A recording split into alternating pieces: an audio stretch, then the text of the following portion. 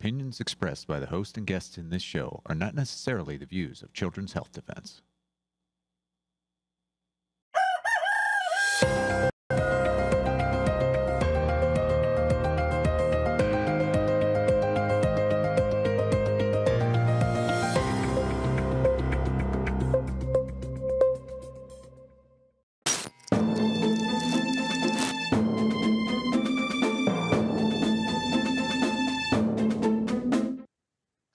Good morning, CHD. Today is January 1st. Carolyn and I hope you are having a wonderful Christmas season. Today we have for you exclusive footage from CHD's Moment of Truth conference. This morning we're going to air Freedom Playing to Win and How to Escape the Encroaching Control Grid. And Carolyn and I are very familiar because we were at the conference and we were on the panel. I gave the speech. Carolyn, that was a great panel. Oh, it was wonderful. And the whole conference was wonderful. If you all didn't get to go to the next one. It was sold out. It was fabulous. So on the panel, How to Escape the Encroaching Control Grid, we had Polly, we had Meryl, we had Ray Flores, we had you, and it got so interesting and exciting. Leslie Manukian popped out of the audience and came up and even participated. It was great. It was just very rock and roll, and I think the audience really enjoyed it. So you're going to enjoy it today. It's a great way to start the New Year's. Carolyn and I look so forward to doing Financial Rebellion with you in 2026. Something you want to add, Carolyn? Yes, and the main message on the panel was get off the couch, and we're going to be talking about that frequently. Yeah. We're going to be off the couch in 2026 on Financial Rebellion, and you're going to be off the couch with us. We are going to stop the control grid. Anyway, So we hope you enjoy this presentation, and we wish you the happiest of New Years. Happy New Year.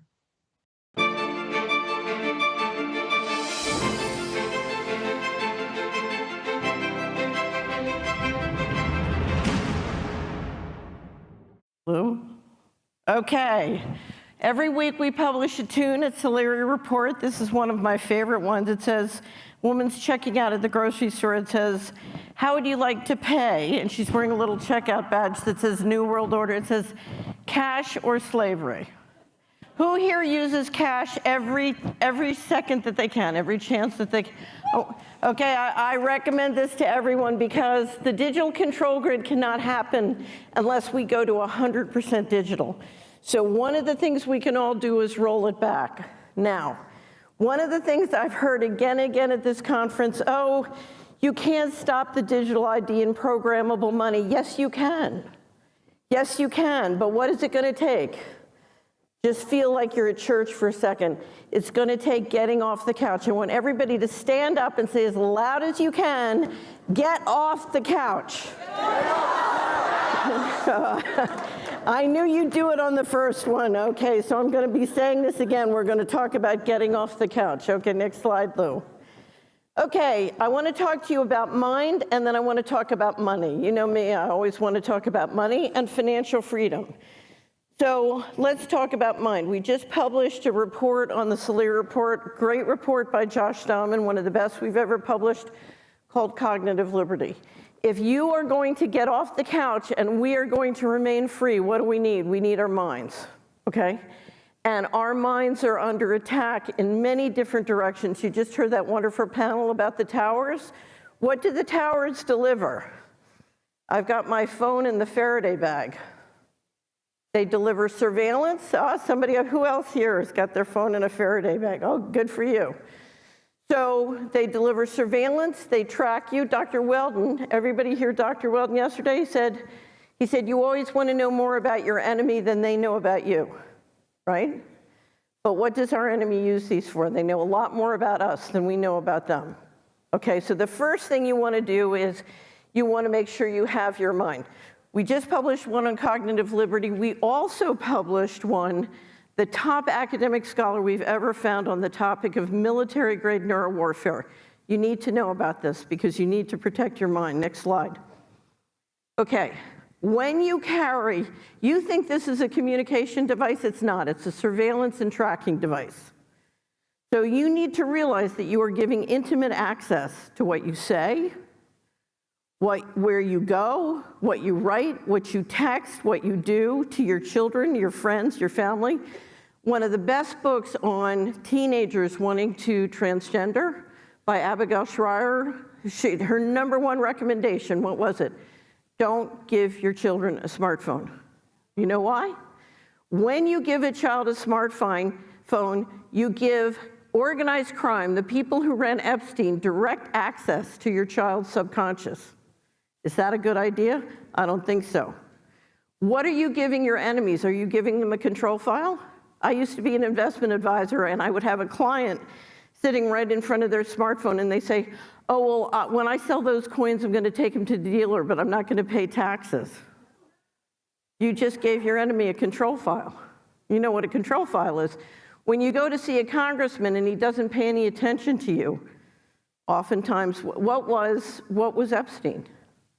In part, it was an operation to create control files on many, many powerful people, okay? But this is the question. Do you have a human agency, or are you losing your human agency because you're allowing this kind of technology to persuade you? You know, I'll meet with people and they say, I can't imagine my family, after everything we know, is still injecting COVID shots in themselves and their children. Why is that? It may be because of this. Okay, next slide. We now have reports that telecommunication companies literally think they can read our thoughts. And AI can read our thoughts, okay? Go to the next slide. You want to presume that if you want human agency and you want to know more about your enemy than they know about you, you've got to rethink the value of privacy and how you do it. As I said, at the Solari team, we try and keep this turned off. I have to use it when I travel, but we keep it turned off and in the Faraday bank whenever we can. Next slide. Okay, so one of the things we always try and do is, in 2017, I was at a conference in the Aspen Institute, and they had us all use QR codes, and the next thing you know, they were tracking us throughout the conference and influencing where we went, and sort of, you know, if they wanted people to move over to this workshop, they'd send messages saying, oh, you know, exciting, it's over here. And they were literally steering everyone through their QR codes. Now, when you talk to the conference organizers, they say, we have to have QR codes because the audience wants them. Okay? So you can stop it by saying, I don't want QR codes. Let me show you where QR codes are going. If we could just play this video, Lou.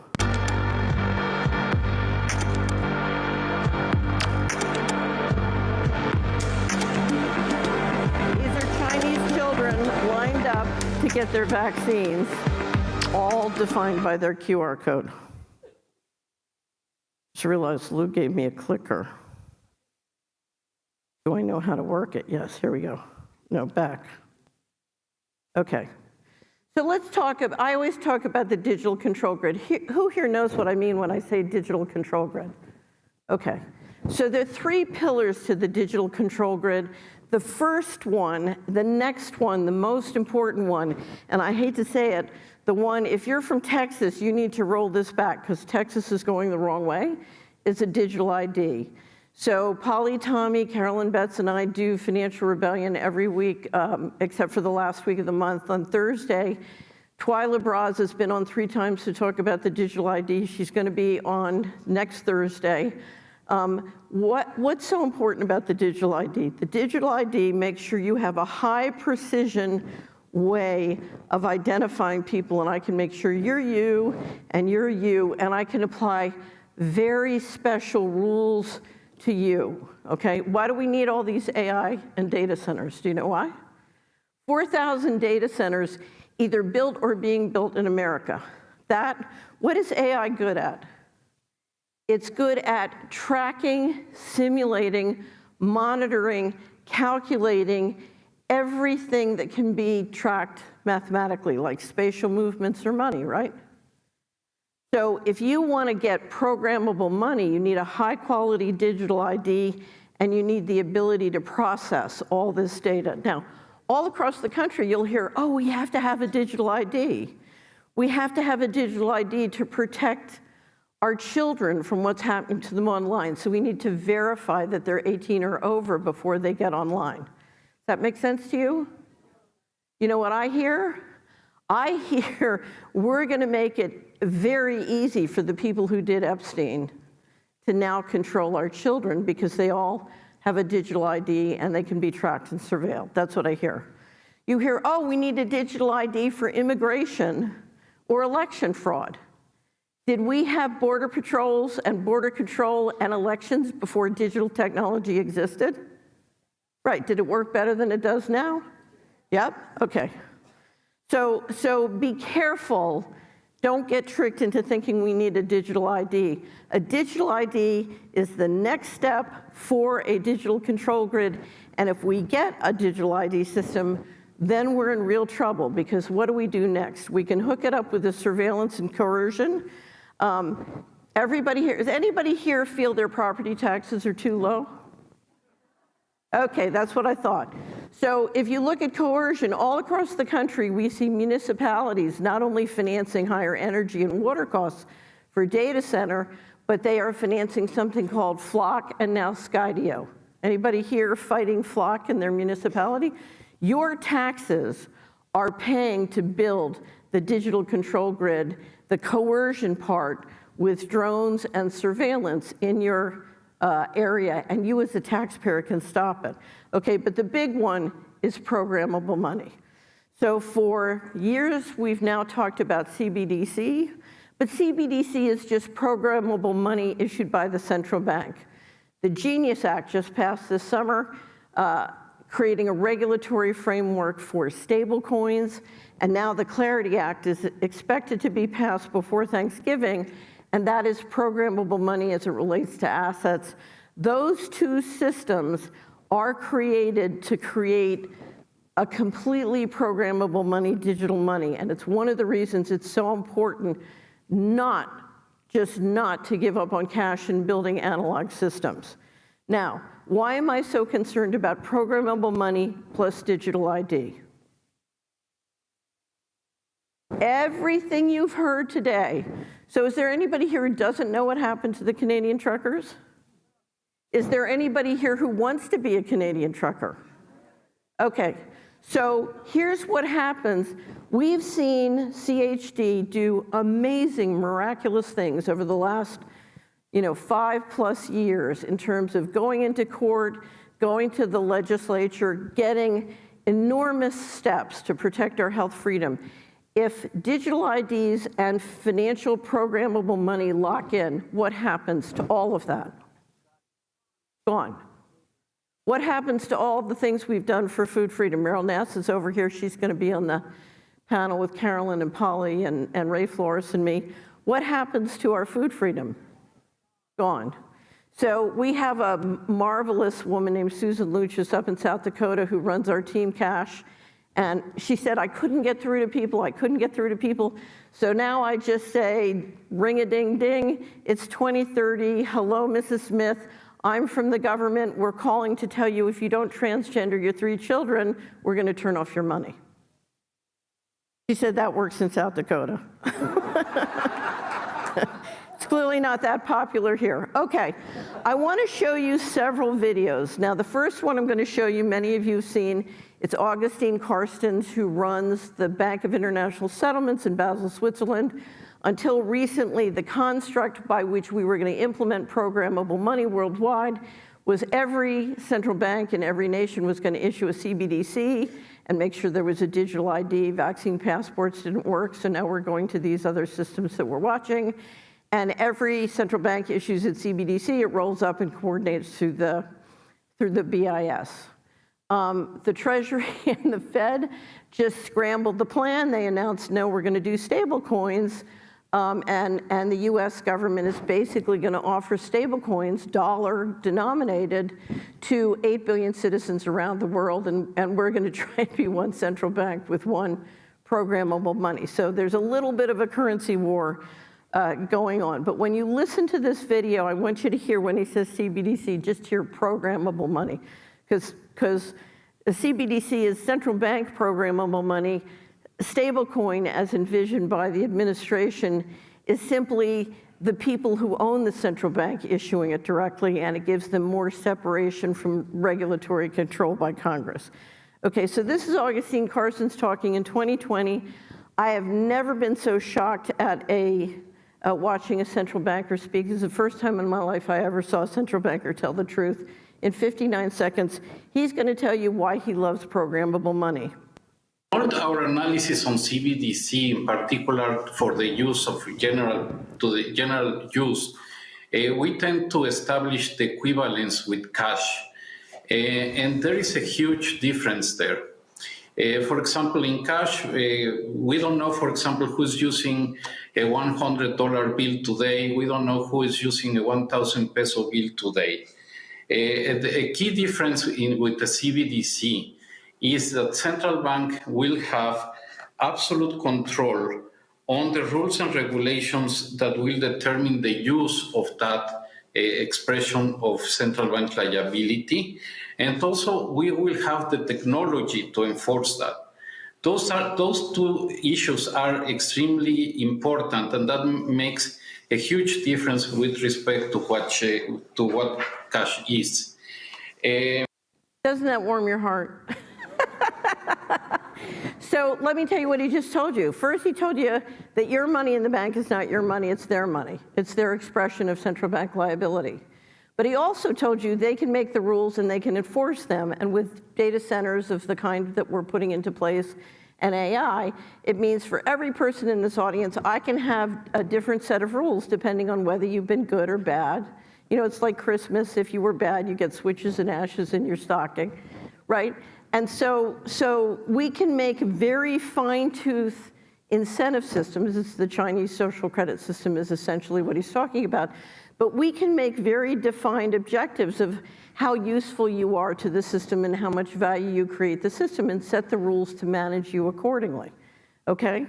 So let's look at what that might feel like. We all know that the digital ID is being pushed heavily in England, and if you don't do what you're told, you know, they're saying if you don't get the digital ID, you can't work. So let's just take a look at what that looks like. Can I see your BRIC card, please? I don't have one. I don't have a smartphone. Can I get another pint, please?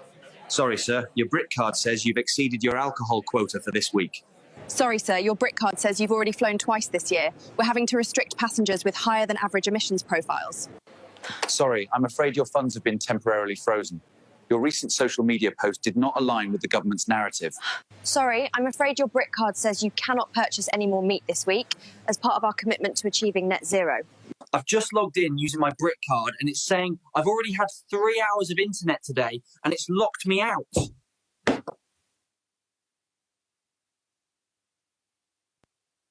That's what it's going to feel like. Okay, so the last one I want to show you is Richard Werner, who I think is the top economist and expert on central banking in the world, who's sort of on our team. This is Richard and I were in Malmo, Sweden in 2023. And this is Richard describing what a central banker told him CBDC or programmable, in this case, programmable money looked like. Also, they never talk about the nature of this CBDC. What is it actually going to look like? They never talk about that. Right. But I heard one European central banker tell me what it's going to look like. He saw it. He was invited to one of the old central banks in Europe that are very much promoting this. And they showed him. And, you know, he's a top, executive director of another central bank in Europe. And there's no reason to believe that he was telling me a story. And it was around this large and would be implanted under your skin. So that is the plan. Right.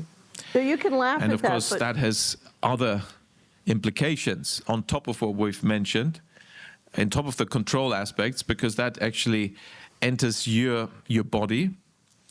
In my view, violates human dignity, and can be then used for even in terms of functionality beyond the monetary and economic transaction purposes. So highly dangerous and definitely something we have to oppose. And so using cash is one of the things we can do to make sure that that the hurdle will be higher for the central planners to introduce the CBDC. Now, unless you think that's far out, I don't know if you've seen the headline that Bill Gates is promoting an electronic tattoo that goes under your skin. And he says the great thing about it is it's so convenient, you don't have to carry around a smartphone. Right. Okay, so let me explain what this means. We've lived, if you're an American, you've lived in a Republican form of government, a republic, and the central bankers from 1913 on have run monetary policy. And the people's representatives have run fiscal policy. You vote for legislative representative, and they vote the fiscal policy. They decide the taxes that are going to be set and collected, and then how the taxes are going to be spent, and then the executive branch implements their direction. So you have a balance of power between the bankers and the people's representatives. What this means is the bankers are going to assert complete control of fiscal policy. They can set taxes, take it out of your bank account, decide how the taxes are going to be spent, and make the plan different for each and every person, so they can have enormous complexity by place, by family, by person, okay? So what we're talking about is a coup d'etat. Okay, so let's go. Okay, what can you do? I want to look quickly at your income statement. What you will discover, so I go to many audiences where I'm talking to thousands of people, and I look out, and there are tons of people who are going to work every day building the control grid. Then, if I talk to them about where they buy their food, where they purchase, what kind of media they watch and pay for, they're supporting the people who are building the control grid. Donations, they're supporting politicians, educational institutions or foundations that have rich endowments that are financing the control grid, or religious organizations that are promoting and supporting the control grid. And they always say to me, what are you going to do to stop the digital control grid? I was like, who can fight all of you? Okay? So we think of voting in an election every 2 or 4 years. But I assure you, we vote in the market every day. And it's like doing a detox. I used to liken it to a tapeworm. We have a tapeworm. You need to get the tapeworm out of your mind. You need to get the tapeworm out of your income statement. And then the next thing you need to do is get the tapeworm out of your balance sheet. So let's look at your balance sheet. Are you doing everything you can use to do cash? I'm telling you, 50% of Americans started to massively use cash by the end of the year. It would back up the control grid enormously, okay? And people say, oh, well, that could never happen. Yes, it could, because if enough people, if 5 to 10% of the people in America realize the alternative for their children and grandchildren is slavery, because that's where we're going, a digital concentration camp, you can do it. Why are you banking at the banks that did the financial crisis, who've done all the fraud, who have a systematic record of, they have a felony rap sheet that would make an organized, the Mexican cartels jealous, but we're still banking with them. Why are we doing that? We have the ability, I'm telling you, if everybody started to use cash as much as they could and shifted their money to a well-governed, well-managed community credit union or bank, there would be a financial rebellion. That's why Polly decided we would call this financial rebellion. Same with the credit cards. Some of the credit cards are doing everything they can to build the control grid. Now, I travel, I have to use a credit card. I can't use, Delta Airlines is not going to take cash, but you can minimize the amount that you do. Let's look at the other side of your balance sheet.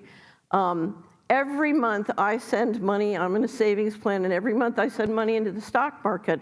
There are hundreds and hundreds of companies all around the world, great companies with good records and good dividends who are not building the control grid. 50% of the S&P right now is 7 stocks that are the leaders of building the control grid, okay? Palantir, one of the leaders of building the control grid, now has a forward earnings multiple of 242 times, okay? I have Salary Report subscribers who say, thank you for putting me on to Palantir so early. I'm making a fortune. It's great. I'm like, okay, you understand, after you finish making it and you lock into the digital concentration, they can take everything. And that is the history of the thing. Okay, one of the things I love are the health freedom activists who are making money on their Pfizer stock. No, I've had very powerful and important health freedom activists say, look, I have so much capital gains in Pfizer, I just can't sell. Okay? There is such a thing as spiritual reality. Finally, the plunder game. Our new wrap-up is on plunder. We have private equity firms which are totally destroying the country and destroying the economy, using criminal tactics, in my opinion, to do it. Why are we financing them? Okay? So, and this is the big one. Every week on the Salir Report, and every year we have a Hero of the Week and a Hero of the Year. 2 years ago, Polly Tommy was Hero of the Year. One of the things, and it's funny because one of the things we say when we're talking about Hero of the Year, Carolyn will laugh, and she knows this, is, you know, we constantly are finding great people through CHD who we want to make Hero of the Week. And I keep saying, we have to do some financial freedom people. We can't do health freedom people every week. So, but if you see this picture in this slide, it's, we have a hero wall up in my apartment in the Netherlands. And you probably can't see it, but Meryl is on the top row.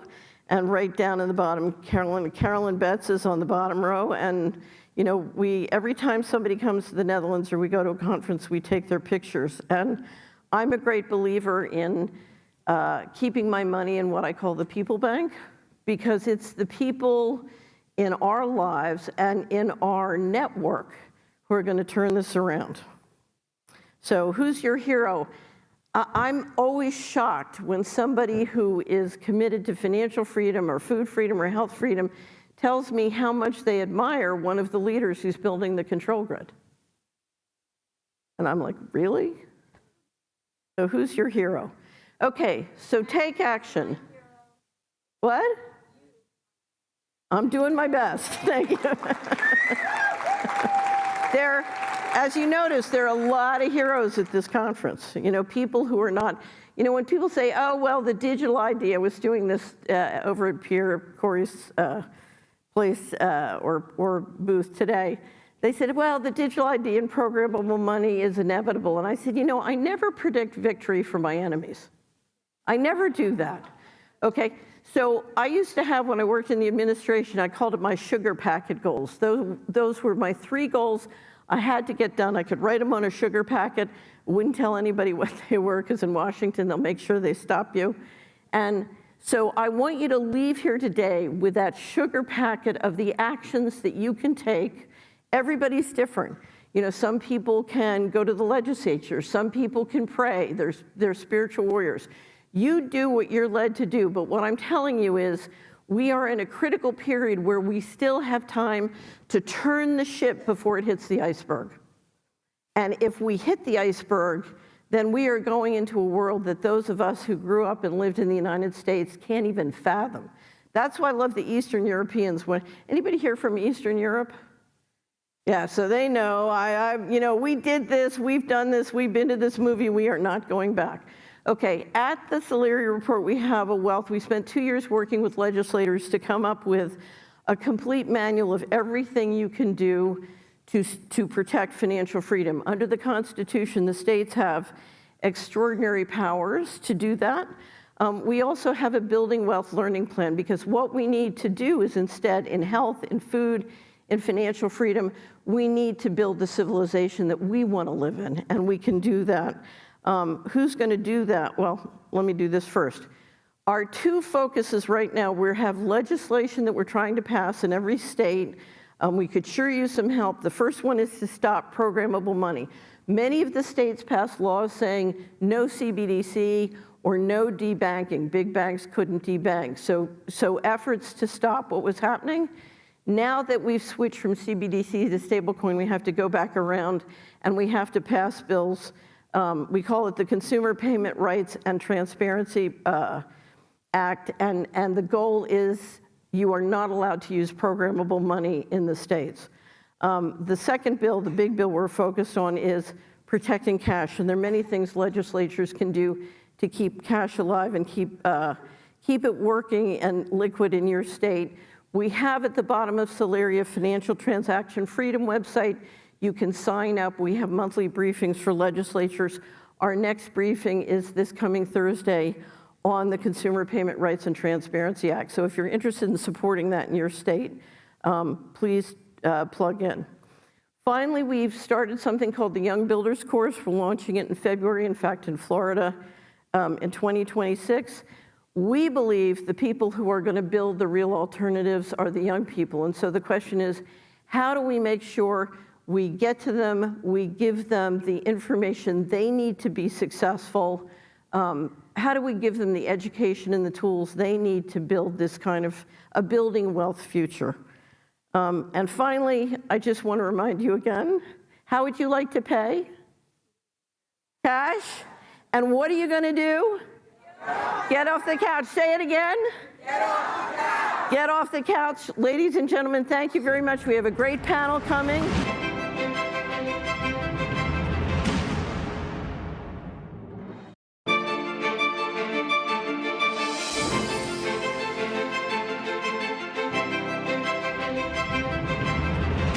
All right, this is important, and Catherine and Carolyn have been trying to educate me and the viewers at CHDTV for years about this and warning us, so this is an important panel to have. So thank you for that, Catherine. We will get off the couch and we will use cash. I'm going to go straight to Ray first, because you are doing something very interesting with the national parks. I want to hear about that, and I want to hear, is it legal for businesses to say, no, we're not going to take your cash? Well, yes, it is. It is legal unless there's a local ordinance that says that they must accept cash. However, and there have been cases where the private entities or municipalities have won. So the biggest problem that we face is, how do we turn causes into cases? Well, nobody's ever tried suing the national government to accept cash, to make them accept cash. It seems counterintuitive that the government would refuse its own money. So, and worst of all, why is it at our national parks? There are over 30 national parks in the country that do not accept cash for entry fees. So I have a lawsuit against them, funded, right? So that's where that is right now, and we'll see how it plays out. And while I've got you, I want to ask you about smart cities as well, because this plays into it, doesn't it? And anyone else who wants to just jump in. Well, yeah, I mean, the linchpin to the surveillance state is the cashless program, the electronic payment program. And in LA, they're implementing Smart LA 28, where they're having 10,000 5G towers in a grid. They are getting ready for the Olympics. They're going to make it a smart city, which will be nice for a change, won't it? and so the whole idea is that when you're driving, you'll be tracked. When you're walking down the street, you'll be tracked, who you're with, what you're talking about, where you're going, where you've been. And the beginning of it started at the LA airport, where you sign up for the bio identifiers, and then they track you throughout the airport, and that's how they're using that then to implement it into the cities. So they're spending $7 billion on the Olympics. $2 billion of it is for infrastructure for the smart city. So their goal is to make it so that they're going to know where you're going all the time. Okay, this is a question for all of the panel. Any of you can answer this, because this bothers me. So we saw in COVID, the young, I'm going to talk about the young, okay? We saw the young cave in COVID because they wanted to go to the concert, or they wanted to, go to a pub or whatever it may be. So they took their shots so that they could do these things. Once this whole digital ID starts to play, and we just saw the Brit card thing, which was actually petrifying, they're going to cave again. How are we going to stop them and make them understand that caving for a pint is disastrous for the future? So I don't think they are all going to cave. So you see a bifurcation in all age groups, but particularly in Generation Z, where you have some percentage. I was just out in Salt Lake, and I walk into a coffee shop, and there's like a 25-year-old, and they're playing 33 LPs on a turntable. You know what I mean? I mean, there's a whole group of them who see the trap, and they're not buying it. So what I will tell you is the history of freedom, if you go back and study the history of freedom, it doesn't take everybody. It takes a very difficult, noisy 10 to 15%. People just like you. And that's what turns the ship. All right, thank you. I hope you're right. Meryl, let's go to you. Yeah, thank you. So I think, first of all, one needs to acknowledge, look, there's people who are trying to take over the world. And there are probably different groups, and they're trying to do it in different ways. But once we had the technology for surveillance, once everybody had computers and smartphones, once these networks were built, and once we had banks that were programmed to win, that the bank is like the house, in a gambling casino. They will always win because of the way the system is set up. So once you have that in place, right, there are always going to be evil people who know how to use that system and can use it to take over the world. Now, they have a lot of ways of doing it. They have plan A, plan B, plan C, plan D, et cetera. The WHO was part of it. We've slowed that down. Taking over the food supply is another important part. But if you take that in and reprogram your mind to always, it's a very, very hard and black thing, but if you can say, okay, this is just how it is, and we have to defeat them, and so the way to do that is to live your life. You've reprogrammed your mind. You understand that. You're not putting it into your unconscious. You understand it at every moment of your life. And you have to be okay with it because that is reality. And then you live your life all the time, and you teach, and your children get to know because you're always exemplifying that understanding of how you defeat it. All the choices you make in your life are made to maintain freedom going forward for our children and grandchildren. Well said. Carolyn. Well, as an attorney, I think it's really important that young people understand the U.S. Constitution and what exactly is the First Amendment. I heard people say things like, well, hate speech isn't covered by the First Amendment, And it's like, wait a minute, hate speech is the main thing that is covered by the First Amendment. And I also think, maybe somebody will make a video that was similar to the one we saw, but showing that you can't buy, the government will decide you can't buy marijuana in states where it's legal, and they'll cut off your money if you try to buy marijuana. You've got to find it where the sweet spot is with young people. Maybe they'll cut off their ability to play computer games. You can only play 1 hour of computer games a day, which I think would be a good idea.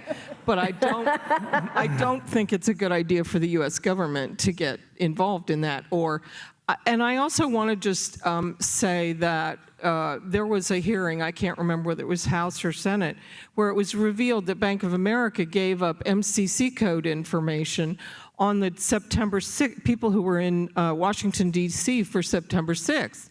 And they didn't even have a warrant. And Bank of America turned over the credit card MCC code. Understand that when you use a credit card, there's a category that says what you bought.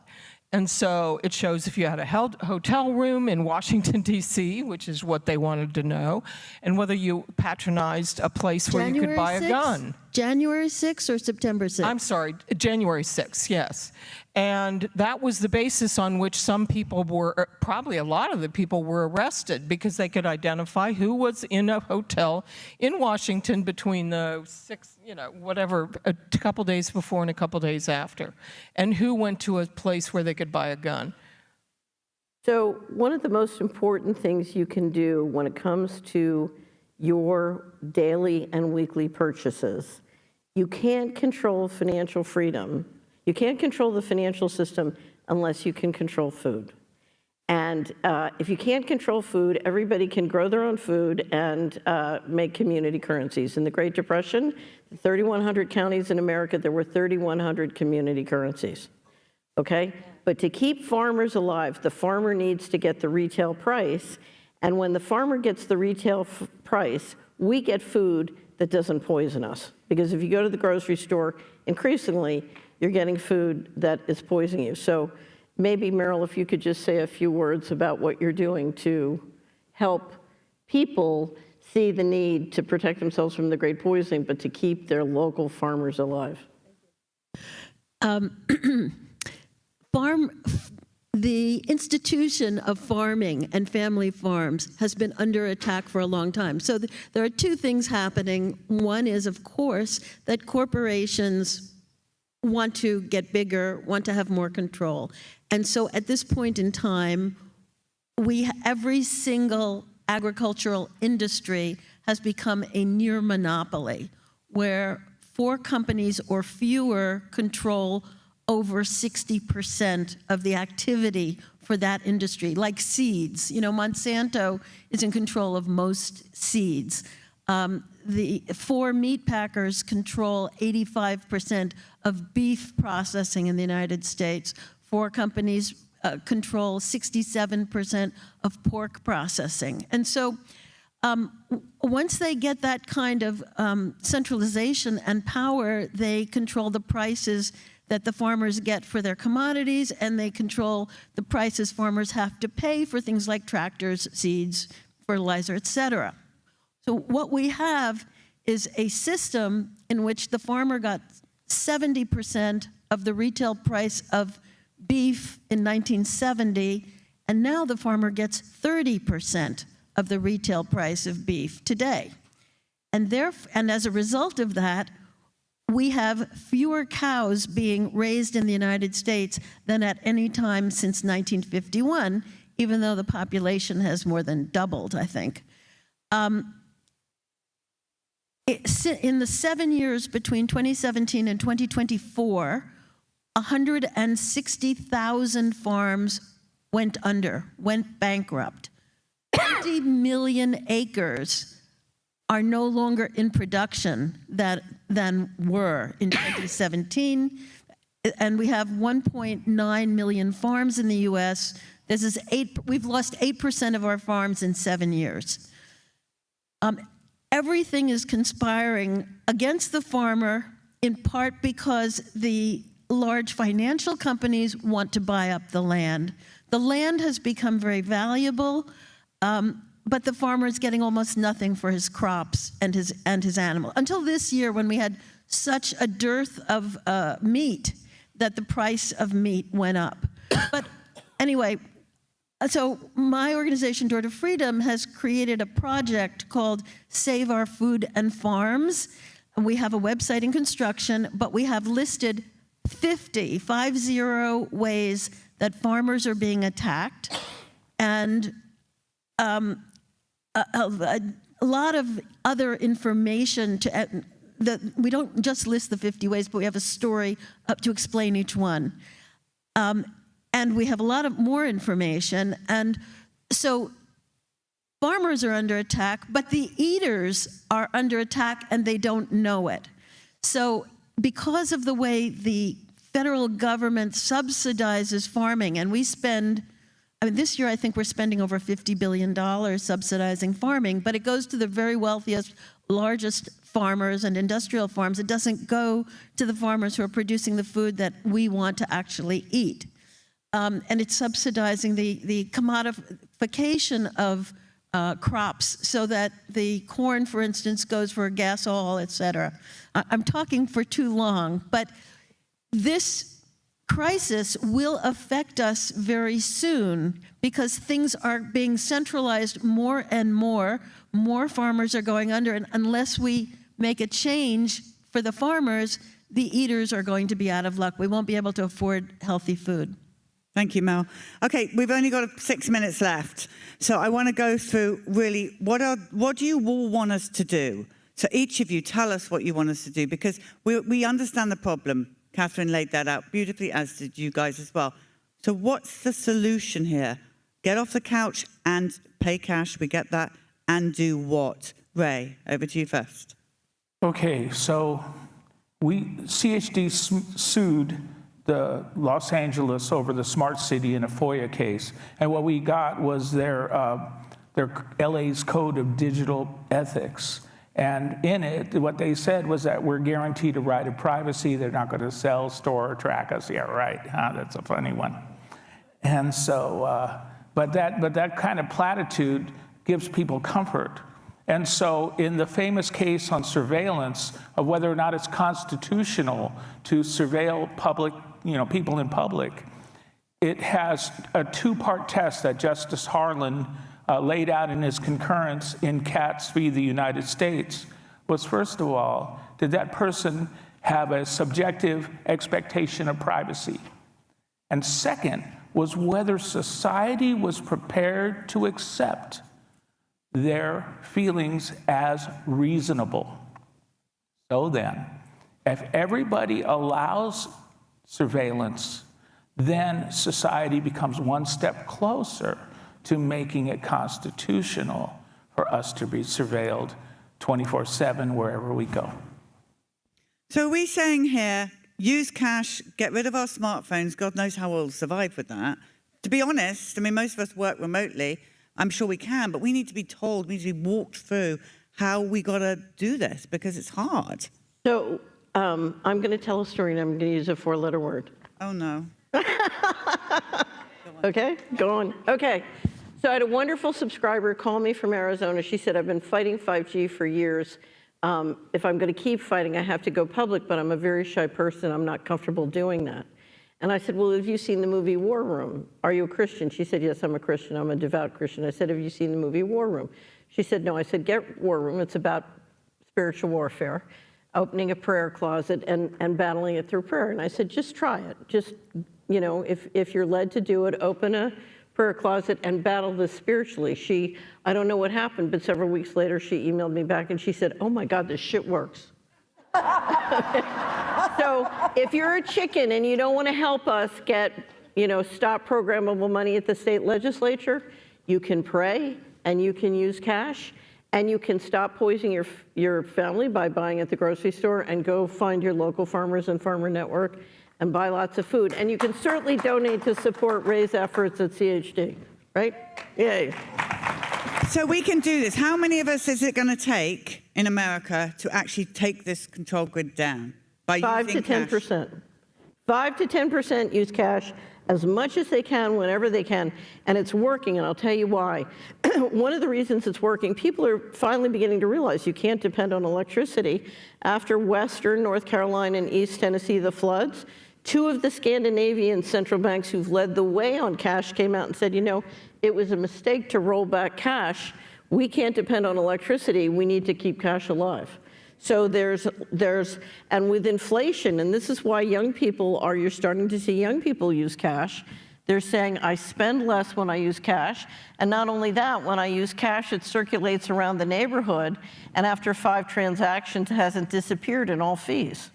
So I use South Dakota as an example. 1 million people live in South Dakota, okay? 1 million people. Guess how much the credit card companies take out of South Dakota every year in fees? $700 million. That's $750 million. Imagine if that money stayed and was circulating around South Dakota. So inflation is one of the things that's bringing the young people in. Mel, last words? Well, I think we have to think about what could happen in the future. What's going to happen to your family? How do you protect them? The electricity can go down. I think, if the people who want to be rulers of the world get really nasty, all we have to do is cut their wires. You can use probably pellet guns to knock out these little 5G cells. You can use spray paint. I think we need a disclaimer on that for Children's Health Defense.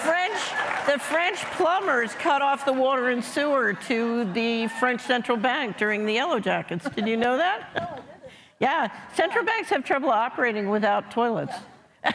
I mean, if the robots are coming for you, you use spray paint on their sensors, and then they won't work.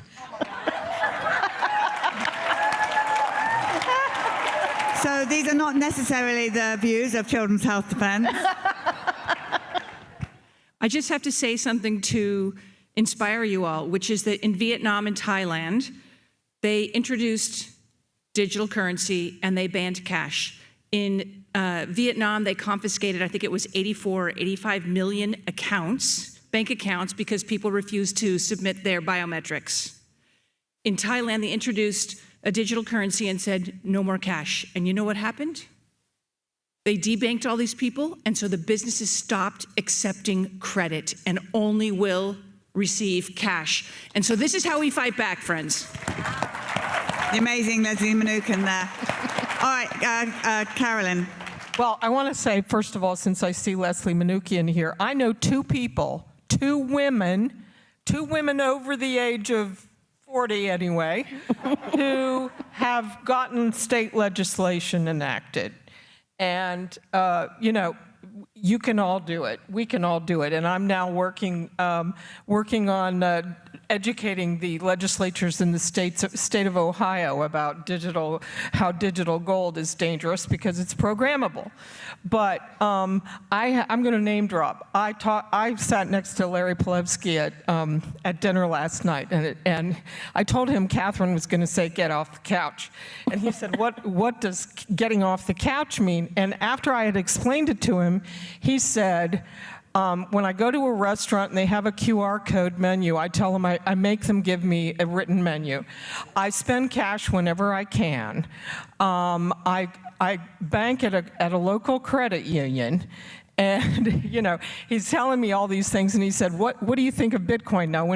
What does Catherine think about Bitcoin?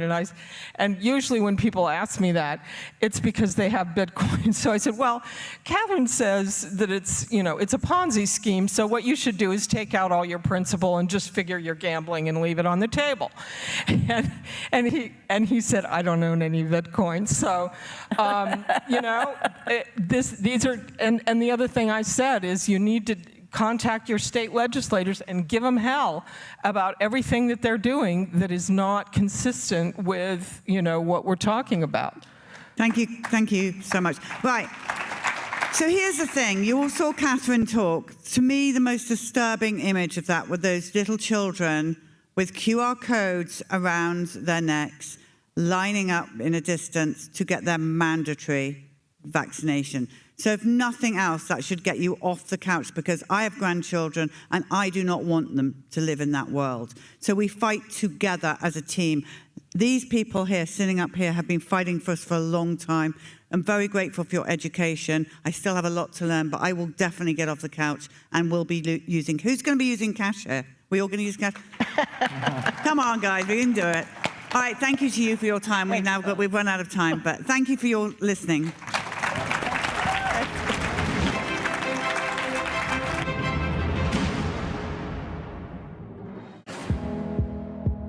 This and all CHD TV programming is made possible by generous support from viewers like you. Please consider making a contribution today to keep our programming going strong. Thank you.